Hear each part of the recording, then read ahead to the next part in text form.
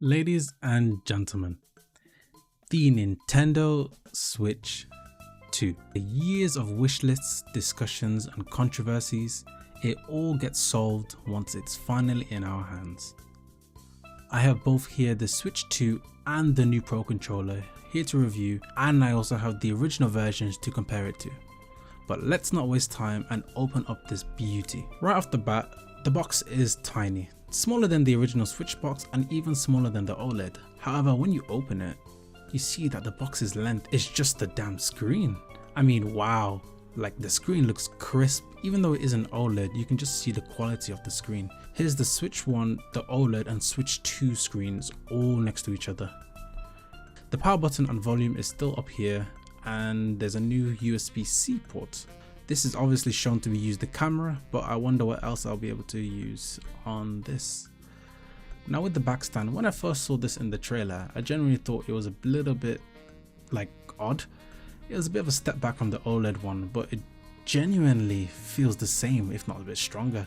It doesn't feel like cheap as I thought it would, but I guess Nintendo's always proved to be capable in the strength department. Now onto the Joy-Cons.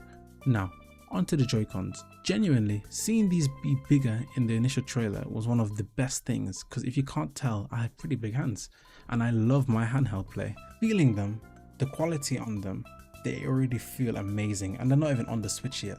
My fingers don't slip off the Joy-Cons nearly as much as it did on the original, and the SL and SR buttons feel much more comfortable to play with. Obviously it's never going to be my go-to, however for the times I do use it, it definitely should be way more comfortable. Yeah, snapping it on and off is very smooth. I played around with this a lot. Genuinely, it felt amazing to do.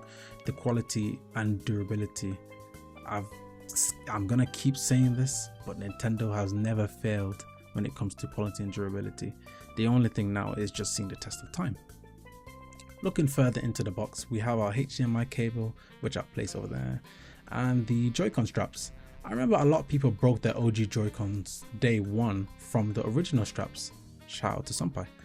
But these look way more simple and nicely color coded, so we can just slap it onto the Joy-Con like so. Digging even further in, we have our Joy-Con grip, which like everything else, we can just slap the Joy-Cons on it and it has a nice firm grip. Also color coded. They really don't want anyone else messing up and breaking these new Joy-Cons. We also have a new AC adapter, which is a head and a wire, similar to a mobile phone charger. And finally, in the box we have our Nintendo Switch 2 dock, which looks way more sleeker compared to the original. Modernizing it, you could say. Now before we start up the console, let's talk about the Pro Controller. First of all, just like the Switch 2, it feels like the original but grown up.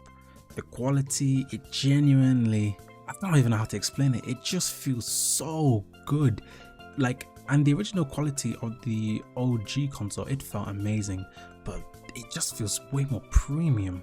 And I don't know how, but like the joystick is silent. I don't know, see if you know what I mean.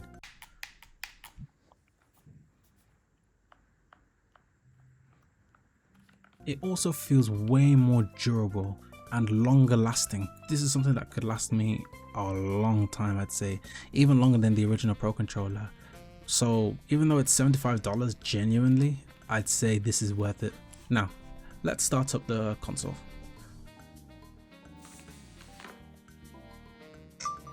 We go straight into the language and region options, then we connect it to the Wi-Fi.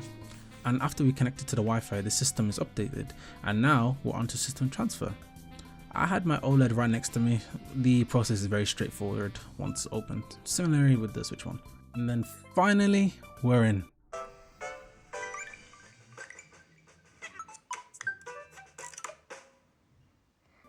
I love it when Nintendo has charm again. One thing for sure, I'll say this console feels super different. Just the quality touched it to the original Switch again and again. It just feels like a toy. No other way to say this, but the Switch 2 genuinely just feels like the Switch, but grown up. However, this has been fun, but we're not done yet. We have Mario Kart.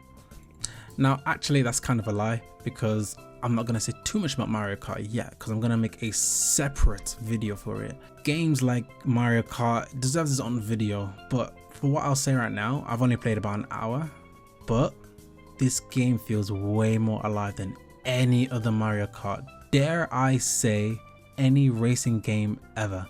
There's so much to go through, and I'll be sure to make a separate video going all over it. However, that is the Switch 2. I think for sure the wait and hype for this console is absolutely warranted. Just feeling it in my hands was surreal.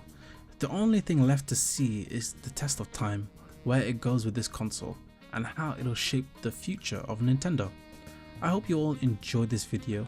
If you did, leave a like down below and be sure to subscribe to see when I post the Mario Kart World video. Until then, take care.